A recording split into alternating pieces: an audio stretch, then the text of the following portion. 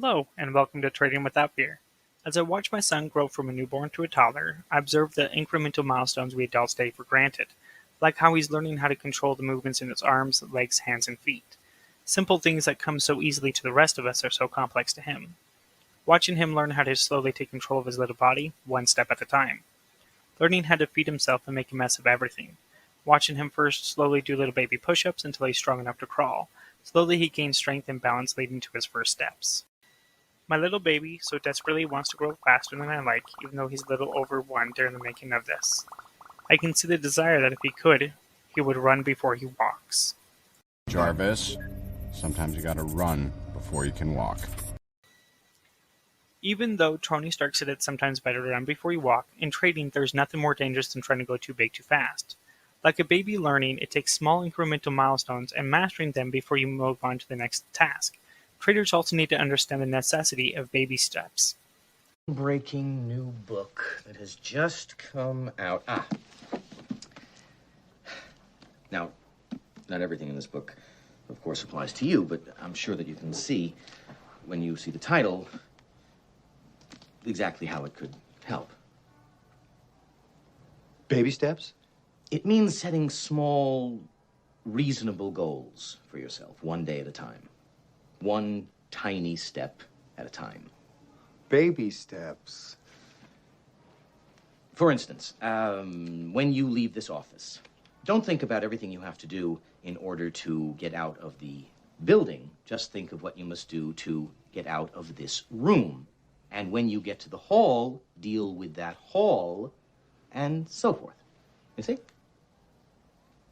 Baby steps. Baby steps. Oh, boy. Baby steps. Baby steps. Baby steps through the office. Baby steps out the door. It works. It works. All I have to do is take one little step at a time, and I can do anything. Baby step around the office. Most people think that a consistent trader is disciplined, and that's not entirely true. A consistent trader has taken small, incremental steps and changed their behavior over time. You see, discipline is a vehicle for lasting change. Like a baby slowly learning to control their hands enough to grab onto a piece of food and place it into the mouth. This takes conscious effort. Discipline also takes a conscious effort. This slowly rewires your brain. Practice doesn't make perfect, it makes permanent. Oftentimes, traders will form bad habits, and the longer you have those bad habits, the harder it is for you to unlearn them. Your brain is made up of 100 billion neurons, and every time you learn something, you make a new synaptic connection in your brain. Learning is basically forging new connections. Your brain physically changes when you learn. Remembering is maintaining and sustaining those connections. It also means that acting or reacting in the same way. So if you're practicing bad habits, the more bonded the connections in your brain become. Once you have taken what you've learned in theory and then apply it, you'll have to modify your behavior in some way. All of your senses are gathering the information from the environment and processing it. Neurons begin to organize themselves into patterns. The very moment the neuron strings into place, a chemical is released. That chemical is interpreted as emotion or feeling. It's basically creating your memories. This is why you can remember things like your first kiss, the fear of losing money in the markets, or the fear of missing an opportunity. You can remember the birth of your firstborn child. The problem is you can't remember what you had for dinner last week on Friday. One of the reasons why you have a hard time remembering what you ate on Friday is because of routine. Routine kind of lulls the brain into sleep or puts you into an autopilot mode. A good example of autopilot is if you've ever been lost in thought and you're kind of doing things around the home and all of a sudden you find yourself in a room and you don't really recall what you're there for. And it does take you a little while to remember, hey, I'm trying to find my keys. That type of a situation is a good example of autopilot. The stronger emotional connection to the event or learning experience, the stronger memory or behavioral patterns you'll form. Stress is when you're not in balance. If you see a big scary dog and that dog looks threatening, that could cause you to be stressed. Now, the interesting thing about the brain is you don't have to see something or have something immediately in your environment that's threatening. A big scary dog growling at you and showing its teeth could be just as scary as you just thinking about losing money in the markets, and the chemicals that were released the last time you lost money will fire, causing stress, producing the same effect. which is stress. Your brain is wired in a way that you can turn the stress response on and off just by a thought alone. Your unconscious mind is your body. Your body doesn't know the difference between an actual experience in life that produced the emotions versus an imaginary scenario or a memory from the past. Your body believes it's reliving that experience again and again just from imagining it. Have you ever experienced a bad breakup or even a worse, a betrayal in a relationship? Oftentimes, after the event, we tend to think about it often. This causes our body to relive that experience as if it was happening to us over and over and over. Because neurons that fire together also wire together, as we're reliving those moments in our mind, we're strengthening that experience. The chemicals that are released become addictive to the neurons. Like a drug addict, they will need to have a fix. When you experience a situation similar to the past experiences, the brain's neurons will need to have their chemical fix.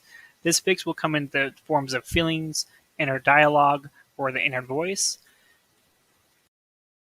Some examples of the inner voice or the inner dialogue that you may experience as a trader is if you imagine a scenario where the stock is starting to come down to your risk level and you're kind of fearful of taking a loss in the day, so you may be thinking, well, I think it may bounce and I wanted to reduce my loss, or I may be getting out of the trade too early and it may turn into a big winner. So what I'm going to do is I'm going to remove my stop or not hit my mental stop, and to see what happens next, I just want to hold on a little longer.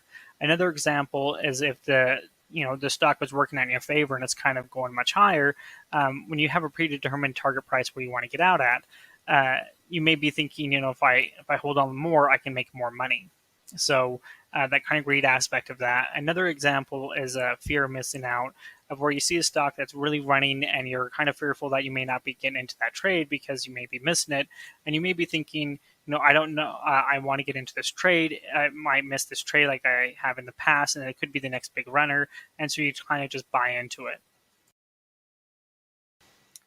The moment you think about what you have to do, meaning your predetermined trade plan, something miraculous happens. You begin to think about your plan, and you begin to pay attention to how your reactions are at that moment, and you begin to notice your feelings. In neuroscience, this is something called metacognition. Metacognition shows that we can observe who we are being in the now moment, and because we are capable of observing who we are being, that means we can modify our behaviors to do a better job in life and in trading. When you observe your behavior, you are no longer participating in it. Over time, old neurons that are connected to no longer fires, and you will be observing it instead of participating in it. When you're no longer participating in the behavior and you're no longer listening to the self-talk, the nerve cells that fire together no longer wire together, meaning you're no longer giving strength to your behavior. Over time, you'll biologically break down the circuits in your brain connected to your habits and behaviors. As a trader, when you're finding yourself in familiar situations, such as you're starting to hear the inner voice about pulling your stops, or maybe you want to hold on to a stock a little bit longer, even though it's already approached or gone beyond what you're expecting from the trade, a good exercise you can try is to talk out loud during the trade. And what this does is it'll bring your attention to your behaviors and allow you to realize that you're no longer focused on your process. As you are talking out loud, you will hear yourself talk about the management of your trade. You'll become aware of your thoughts and potential actions. As you're trading, pay close attention to your inner voice. And what I mean by your inner voice is that voice that will periodically chime in every now and again. For example, if you are watching a stock that is up already a lot on the day and you think it may has the potential to go higher, you're watching that stock move quickly, and you may hear that voice or a strong feeling for you to jump into it, or you're going to be missing out. This little voice or feelings that you're having is a belief that has been formed by habits from the past. If you think about it, it's more like a coping mechanism. As you start to hear that inner voice or feel that feeling, you want to acknowledge it out loud, almost as if you're confronting it. As an example, let's use this scenario from before. You see a stock that's already up a lot of percentage-wise in the day, and it's continuously making new highs. You start to get the strong feeling that you may be wanting to buy that stock, and you may even hear a voice telling you that you should buy this stock. This is a classic case of FOMO, or fear of missing out. Now, try this. Try to talk out loud and say something along the lines of, I know the stock is moving without me. I'm feeling frustrated and I am going to miss this trade. I want to jump in before I miss it, but that's hurt me in the past. I chase the stock up and it makes things worse. Here's an example of how you can use this exercise if you're the type of person who has a problem with countering losses. You can try to say something like this: I know that I feel like I should be holding on to this trade and see if it bounces off my risk. I'm feeling fearful that I might be having a losing trade on the day. I want to hold on to this trade to give it more time to work. I have done that and been hurt in the past by doing so. I hold on to losing trades far too long and make things a lot worse. The great thing about these type of techniques is you're able to use your past experiences while trading and make it more personalized towards you. Now, in some cases, people may not be able to talk out loud. They may be in a situation where they're maybe at work trading. They don't want people around them or even the boss to know that they're trading at their desk. Keeping a trading workbook or a mental journal is another way you can accomplish this task. As a trader, you need not to only track your equity curve, but also your mental curve as well. The advantage of having a trading workbook is that you're able to review your thoughts and find mental habits and patterns during your trading.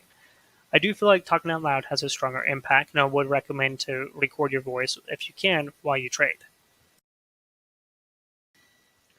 You want to have the date ticker along with your thoughts. One of the drawbacks that I've noticed with keeping a trading workbook is while you are writing down your thoughts, the trade may go against you, causing your inner voice to become stronger, making it harder for you to follow your process, and causing the very thing you're trying to avoid. Using a voice recorder allows you to confront your feelings and not get distracted with something else while allowing your hands to be free if you need to act quickly and keep your eyes on the trade.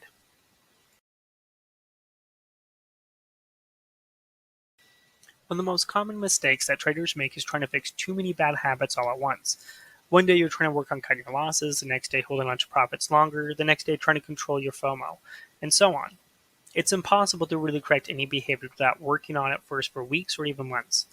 Remembering back to my baby boy, he did not start running before he was able to first master walking, using baby steps and focusing on one trade behavior pattern at a time.